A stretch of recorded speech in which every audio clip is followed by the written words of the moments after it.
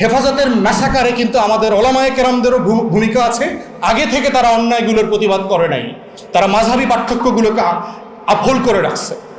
আর রাজনৈতিক দলগুলোর ব্যর্থতা হচ্ছে আজকে যারা সরকারি দল, এই ওলামায়ে কেরামের রক্তের উপর দিয়ে তাদেরকে ব্যবহার করে ক্ষমতায় আসবার চেষ্টা এবং দিন শেষে ওয়াদা না রাখা। বেগম জিয়া কিন্তু এই আন্দোলনের পক্ষে ছিলেন শেষ পর্যন্ত, উনি থাকতে চেয়েছেন, ওনাকে উঠিয়ে দেওয়া হয়েছে ওখান থেকে বিএনপির নেতারা মিলে।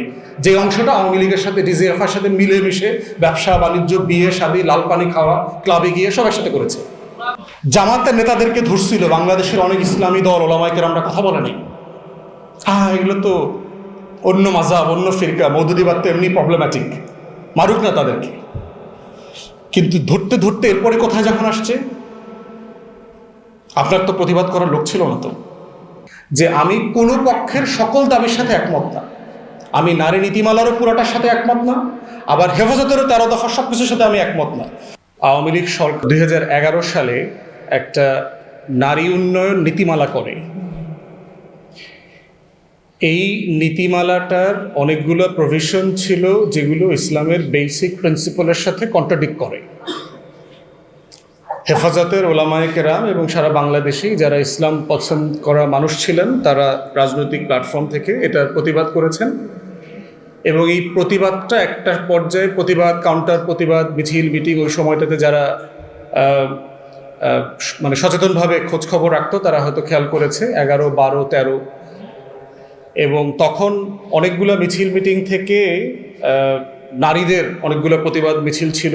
বাংলাদেশ মহিলা পরিষদ, কমিউনিস্ট পার্টির, সিপিবির অঙ্গ সংগঠন, সেই কয়েক দশক থেকে যারা বাংলাদেশে ইসলাম বিদ্বেষী নারীবাদিতাকে ডাইরেক্টলি প্রমোট করেছে এবং আমাদের সংস্কৃতির সাথে যায় না এমন অবাস্তব অনেক বিষয় নিয়ে তারা কাজ করেছে, তারা তখন হেফাজতকে চ্যালেঞ্জ করে যে আপনাদের সমস্যা কোথায়, এই নারী উন্নয়ন নীতিমালাটাতে কোন জায়গাতে আপনাদের চুলকানি আছে, এই বিষয়ে তারা প্রচুর কথা বলতে থাকে।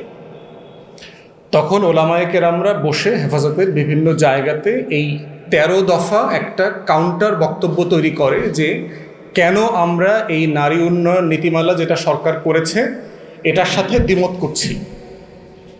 সেখান থেকে আসে হচ্ছে 13 দফা, এবং এই 13 দফার সমর্থনে তখন হেফাজত হাটহাজারী থেকে, পটিয়া থেকে এবং আরও যত যত বড় বড় মসজিদ, মাদ্রাসা থেকে তারা প্রতিবাদ সমাবেশ করত। এবং এরকম বহু ঘটনা ঘটেছে যে প্রথম হাটহাজারী থেকে যখন এই একটা প্রতিবাদ মিছিল বের হয়, সেই মিছিলকে রক্তাক্ত করা হয়।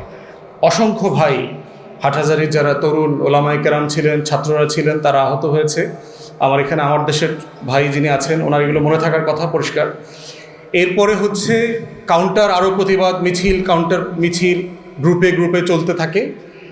এবং তখন আমরা দেখেছি যে ঘাদানি যেই ভাষাগুলো ব্যবহার করত, শব্দগুলো নির্মূল, নিশ্চিহ্ন, হেফাজতকে নাই করে দেওয়া, হুজুরদেরকে দেখে নিব, এই ধরনের বহু বক্তব্য তখন, আমি দেশের বাইরে ছিলাম বাট তখন পত্রিকাতে আমি পড়েছি বলে আমার পরিষ্কার মনে আছে আর কি, যেই ভাষাগুলো আমরা 13-14-তে শাহবাগ থেকে শুনেছি, একই ভাষা মহিলাদের সেই মহিলা পরিষদের সমাবেশগুলো থেকে। তো এই জায়গাটা হচ্ছে যে এই বাস্তবতাটা একটা বয়লিং পয়েন্টে সরকার নিতে অ্যালাউ করেছে।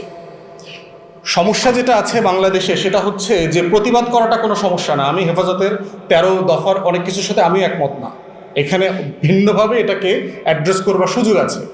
কিন্তু হেফাজতের ওলামায়ে কেরামদেরকে এটা নিয়ে কথা বলবার তো অধিকার দিতে হবে। যারা এটা বিশ্বাস করেন তারা তো এটা নিয়ে মিছিল মিটিং করতে পারতে হবে। গণতন্ত্র মানে কি? আমি যেটার সাথে একমত না, মানে আমাকে, গণতন্ত্র মানে কি? আমাকে গালি দেওয়ার অধিকার থাকতে হবে। যারা আমাকে পছন্দ করেন না, যারা দিনরাত গালাগালি আমাকে দিচ্ছেন, এই দেওয়াটা তো একটা অধিকার, এটা তাকে দিতে হবে। আমার পার্সোনাল ফেসবুক পেজ, আইডি থেকে আমার অ্যাডমিনকে বলে দিয়েছি কোনো গালাগালি ডিলিট না করবার জন্য, সব কিছু থাকতে হবে, কারণ এটা তার অধিকার আমাকে গালি দেওয়ার। আমি পাবলিক পলিটিক্স করি, আমারে মিনিটে মিনিটে পাকিস্তান পাঠায়া দেয়, অথচ পাকিস্তানের ফ্লাইট সপ্তাহে মাত্র 2টা। বাট স্টিল তার আকাঙ্ক্ষা, মানে সে আমাকে প্রতিদিন পাকিস্তানে পাঠাইতে চায়, তার আকাঙ্ক্ষা প্রকাশ করবার অধিকারকে তো আমি সম্মান করব। তো সেই জায়গাতে সমস্যা যেটা হয়েছে যে হেফাজতের বক্তব্য কিন্তু এটা বলা হয়নি। হেফাজত সরকারকে ইসলাম বিদ্বেষী বলছে, কিন্তু নারী অধিকারের যারা কাজ করছেন, মহিলা পরিষদ, এদেরকে নির্মূল করে দিতে হবে, নিশ্চিহ্ন করে দিতে হবে, তাদের মিছিল মিটিং আক্রমণ করতে হবে, এই ধরনের কোনো চিন্তা চেতনা আমরা এটার ভিতর দেখি নাই। তো এইটা 11 থেকে 13 পর্যন্ত চলছে। এর ভিতরে যেটা হয়েছে, যেহেতু 14 জানুয়ারিতে নির্বাচন স্কেজুল, সরকার টেন্স হয়ে গেছে এবং এর ভিতরে বিএনপি একটা এলিমেন্ট যোগ হয়েছে, বিরোধী দলগুলো সবাই মিলে, যে এই হেফাজতের এলিমেন্টটাকে কিভাবে কাজে লাগানো যায়। এবং এই আলোচনাটা আসে না, আমার মনে হয় এই আলেমদের ভিতর থেকে আলোচনাটা আসতে হবে যে এপ্রিলে 2013 এপ্রিল মাসে কিন্তু হেফাজতটা বড় সমাবেশ করেছে, নিরাপদে নিরিবিলি প্রোগ্রামাদি করে তারা বাড়ি চলে গেছে। তাহলে মেয়ের সমাবেশটা এত বেশি রক্তাক্ত হয়ে গেল কেন? এবং সেই সমাবেশে তো তখনকার বিরোধী দলীয় নেত্রী এসছেন। কথা ছিল BNP total as a political party এই সমাবেশের সাথে মার্চ করবে, তারা একাত্মতা প্রকাশ করবে, বেগম জিয়া দাবি না আদায় হওয়া পর্যন্ত থাকবেন মঞ্চে। কিন্তু বিএনপির নেতারা ওনাকে কিছুক্ষণ সময় পরে থাকার পরে ওনাকে উঠায় নিয়ে গেছেন। এবং আমরা জানি বিশ্বস্ত সূত্রে যে সেদিন রাতে যে মিলিটারি স্টাইলে ক্র্যাকডাউন করবে, এটা বিএনপি নেতারা জানতেন। আমরা জানি এটা ওলামায়ে আমরাও জানি যে বিএনপির নেতারা এই জন্য ম্যাডাম জিয়াকে এখান থেকে উঠায় নিয়ে চলে গেছেন। তাহলে দেখেন, আপনি এখানে 1 দিন 2 দিন 3 দিন থাকার প্রিপারেশন নিয়ে আসছেন, দাবি দেওয়া অথবা হোয়াট এভার, আপনি সরকারের সাথে নেগোশিয়েট করবেন, চলে যাবেন এলাকা ছেড়ে। বিএনপির পলিটিক্যাল এলিমেন্টটা যোগ হওয়া এবং যোগ হওয়ার পরে সেটা কমিটমেন্ট মোতাবেক সে পর্যন্ত না থাকা, তখন সরকারকে প্রচণ্ড রকম এম্পাওয়ার করছে যে ক্ষোভ, মানে হুজুরদেরকে পিটাইতে হবে, সাইজ করতে হবে, এর ভিতরে আবার যুদ্ধাপরাধীর সেই নামকাওয়াস্তে বিচার চলছে। মানে পুরো ফ্রেমটা চিন্তা করে দেখেন, শাহবাগ তৈরি হচ্ছে এবং শাহবাগ থেকে হুমকি দেওয়া হচ্ছে হুজুরদের দেখে নেবে। একটা হচ্ছে মহিলা পরিষদ, নারীবাদীদের হুমকি, এর সাথে আবার শাহবাগীদের অংশ যোগ হয়েছে, ইসলামপন্থীদের যুদ্ধাপরাধীদের বিচার টিচার এগুলো চলছে। সেই জায়গাতে দেখতে হবে যে কোন ফ্রেমে এই গণহত্যার সম্মতি বৈধতা তৈরি করবার জন্য সরকার কাজ করেছে, বয়ানটা কি ছিল। এবং একই ইন্টারন্যাশনালি দেখেন, এটা যখন ডোমেস্টিক ডিসকোর্স এই অবস্থায় চলছে, ইন্টারন্যাশনাল ডিসকোর্স হচ্ছে ওয়ার অন টেরর। সারা দুনিয়াতে 9/11-এর পর থেকে মুসলিম বিশ্বে এবং মুসলিমরা যেখানে মাইনরিটি আকারে জীবনযাপন করছেন পশ্চিমে এবং অন্যান্য দেশগুলোতে, সেখানে মুসলমানদের বিরুদ্ধে, ইসলামের বিরুদ্ধে অনন্তকালের যুদ্ধ, রাইজিং মুসলিম কান্ট্রিগুলোকে সাপ্রেস করে দেওয়া, নাই করে দেওয়া, সেই প্রি 9/11 প্ল্যান কিন্তু এগুলো। সেটা নিয়ে অন্য একদিন আলোচনা করবো। তাহলে গ্লোবালি তখন ওয়ার অন টেররের ডিসকোর্স চলছে, যেই ডিসকোর্স দিয়ে আপনি যে কোনো দেশে ইসলামপন্থীদেরকে, এই বড় ক্যানভাসের ভিতরে দেখেন আমাদেরকে, ইসলামপন্থীদেরকে, দেশপ্রেমিক মানুষগুলোকে কিভাবে হত্যাযজ্ঞ করেছে। এবং শুধু হত্যাযজ্ঞ করে নাই, হত্যাযজ্ঞ করবার পরে এটা নিয়ে কথা বলাটাও মত প্রকাশের স্বাধীনতার ডেফিনেশনে ছিল না, যে আপনি এই হত্যা নিয়ে কথা বলতে পারবেন না, আপনি এই হত্যা নিয়ে কথা বললে আপনিও গুমযোগ্য হয়ে যাবেন, আপনিও ক্রসফায়ার যোগ্য হয়ে যাবেন। অতএব সেই ক্যানভাসে হচ্ছে হেফাজতের গণহত্যা হয়েছে। এবং আমরা এর আগে বারবার বলেছি, আমার মনে আছে আমি দেশের বাইরে ছিলাম, আমি ইন্টারন্যাশনাল অনেকগুলো মিডিয়াতে তখন ইন্টারভিউ দিয়েছি এই ব্যাপারে, এবং আমি বলেছি একই কথা, যে আমি কোনো পক্ষের সকল দাবির সাথে একমত না। আমি নারী নীতিমালারও পুরোটার সাথে একমত না, আবার হেফাজতেরও 13 দফা সব কিছুর সাথে আমি একমত না। কিন্তু গণতন্ত্র যেটা ডিমান্ড করে সেটা হচ্ছে দুই পক্ষকে তার কথা বলার অধিকার দিতে হবে, কোনো পক্ষকে কেউ নির্মূল করতে পারবে না।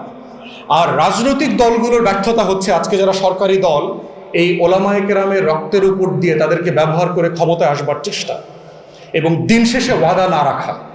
টোটাল জেনোসাইড হয়ে গেছে দেশের সবচেয়ে বড় রাজনৈতিক দল, এবং এটার সাথে কিন্তু বেগম জিয়া জড়িত না, এটার সাথে কিন্তু অন্যান্য বিএনপির নেতারা যারা সোল্ড আউট হয়ে গেছে, যারা একটা বিশাল অংশ আজকে ভারতের কাছে সোল্ড আউট হয়ে গেছে। বেগম জিয়া কিন্তু এই আন্দোলনের পক্ষে ছিলেন শেষ পর্যন্ত, উনি থাকতে চেয়েছেন, ওনাকে উঠিয়ে দেওয়া হয়েছে ওখান থেকে বিএনপির নেতারা মিলে। যে অংশটা আওয়ামী লীগের সাথে, ডিজিএফআইয়ের সাথে মিলেমিশে ব্যবসা বাণিজ্য, বিয়ে শাদী, লাল পানি খাওয়া, ক্লাবে গিয়ে সব একসাথে করেছে। তো সেই জায়গা থেকে হচ্ছে হেফাজতের এই ক্যানভাসটা বুঝতে হবে। এরপরের কথা হচ্ছে যে রেজলিউশন কি। এটা যেটা করেছে যে দেখেন, অনেকগুলো প্রসেসের মধ্য দিয়ে কিন্তু হেফাজতের গণহত্যা হয়েছে। আসার পরে পিলখানা গণহত্যা হয়ে গেছে, এবং এই প্রত্যেকটা গণহত্যার কিন্তু ধারাবাহিকতা আছে। দেখবেন, পিলখানা গণহত্যা হয়েছে যেটা রাষ্ট্র আকারে, সমাজ আকারে, রাজনীতির জায়গা থেকে, সিভিল সোসাইটি এইটা নিয়ে কোনো সিরিয়াস ক্যাম্পেইন, তর্ক বিতর্ক, বিচারের দাবি দাওয়াকে জনপ্রিয় করে তুলতে পারে নাই। এবং আমার আর্ম ফোর্সেস, আমার সভরেন ফোর্সেসগুলোকে যখন মাটির সাথে মিশিয়ে দিয়েছে, পৃথিবীর ইতিহাসে কোনো যুদ্ধে 57 জন মিলিটারি অফিসার একদিনে 2 দিনে মারা গেছে এমন কোনো হিস্ট্রি নাই, সারা পৃথিবীতে নাই, কোনো যুদ্ধেও হয় নাই এটা। এত পরিমাণ মিলিটারি অফিসার একদিনে হ্যাভ বিন কিলড, কখনো হয়নি। আবার কতগুলো ফোর্স, আপনারা জানেন যে বিজিবিতে ক্রস সেকশন বিভিন্ন ফোর্সেস থেকে ডেপুটেশনে অফিসার দেওয়া হয়, সাথে হচ্ছে আমার বিজিবি। তাহলে আমার আর্ম ফোর্সেস এবং আমার সীমান্তরক্ষী বাহিনী এর পুরোটার উপরে যে হত্যাযজ্ঞ চলেছে রাষ্ট্র আকারে। এবং ফজলুর রহমান কমিশন পরিষ্কার করে বলে দিয়েছে এখানে ইন্ডিয়ান এলিমেন্টস ছিল, এখানে আওয়ামী এলিমেন্টস ছিল, যারা জয়েন্টলি মিলে আমার সভরেন্টিকে অ্যাটাক করেছে। বিডিআরের সাবেক চিফ মইনুল হোসেন সাহেব ইন্টারভিউতে বলেছেন যে এখানে ইন্ডিয়ান এলিমেন্টস খুব পরিষ্কার করেছিল এবং আওয়ামী এলিমেন্টস ছিল, সবাই মিলেছিল। অসংখ্য এভিডেন্স আছে। ওখানে মিলিটারি অফিসার যিনি শহীদ হয়েছেন তার ওয়াইফ পরিষ্কার করে বলেছেন তাদেরকে যখন আক্রমণ করতে আসে তখন হিন্দি ভাষায় কথা বলছিল। ওলামায়ে কেরাম হেফাজতে যাদেরকে গ্রেফতার করা হয়েছিল তারা পর্যন্ত ইন্টারোগেশনের ব্যাপারে বলেছেন যাদেরকে হিন্দিতে ইন্টারোগেট করা হয়েছে। তাহলে এই পুরো বিষয়টা যে এটা ন্যাশনাল সিকিউরিটির প্রশ্ন, জাতীয় নিরাপত্তার প্রশ্ন, সভরেন্টির কোশ্চেন। এবং দেখেন কারা, যারা প্রত্যেক দিন আমাকে আপনাকে 71-এর বটিকা বিক্রি করে, ওই ফেরিওয়ালারা, যেই ফেরিওয়ালা প্রত্যেক দিন আমাকে আপনার কাছে স্বাধীনতার চেতনা বিক্রি করে, ওই বটিকা বিক্রেতাওয়ালারাই প্রত্যেক দিন আমার স্বাধীনতাকে বিক্রি করে দিয়েছে।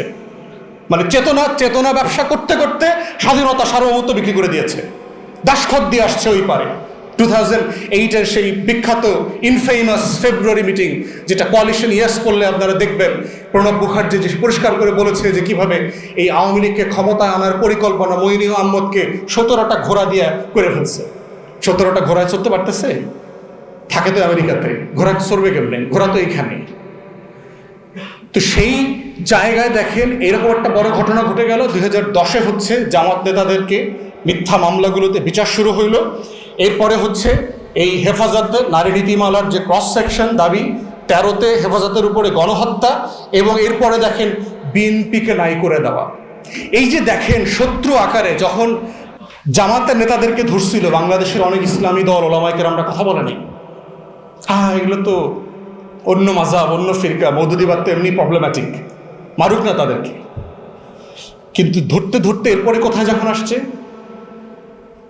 আপনার তো প্রতিবাদ করার লোক ছিল না। তো ওই যে জার্মান নাৎসি টাইমে আপনার জার্মান প্রিস্ট ছিলেন নিমলার, তার একটা বিখ্যাত কোট আছে